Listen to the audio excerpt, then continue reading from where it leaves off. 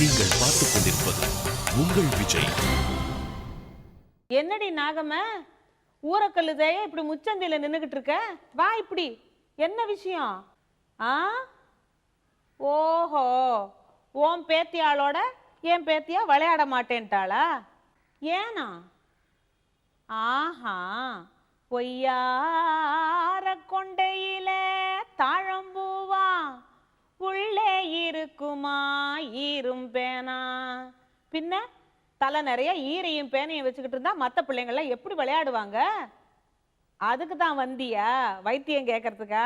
வா இப்படி இப்படி வந்து உக்காருன்னு வந்து உக்காந்தா அப்படி சொன்னேன் பாருங்க. உங்களுக்கும் சொல்றேன்.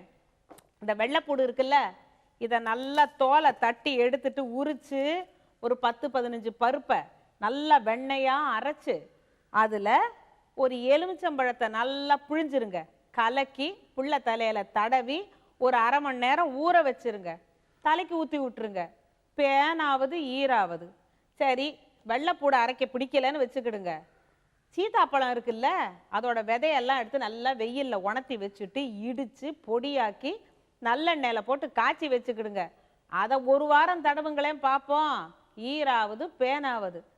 சீத்தாப்பழமும் இல்லையா விடுங்க, வீட்டில் வெங்காயம் வச்சுருப்பீங்கல்ல, உரிச்சு பார்த்தா வெங்காயத்தில் ஒன்றும் இருக்காதுங்கிறீங்களா? விஷயம் இருக்குங்க. இந்த வெங்காயத்தை நல்லா அரைச்சி புள்ள தலையில் கசா கசான்னு போட்டு நல்லா தடவி வச்சிருங்க. என்னது, பிள்ளைக்கு கண்ணி எரியுமா? அப்போ சரி விடுங்க.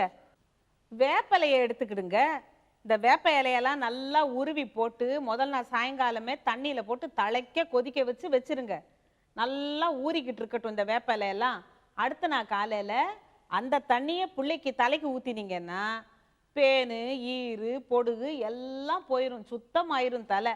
அப்புறமா எல்லா பிள்ளைங்களும் ஒன்றுமா கையை கோத்துக்கிட்டு ஆத்தோரம் மணல் எடுத்து அழகழகாய் வீடு கட்டி தோட்டமிட்டு செடி வளர்த்து ஜோராக குடியிருப்போம் அப்படின்னு பாடுங்க, ஆடுங்க.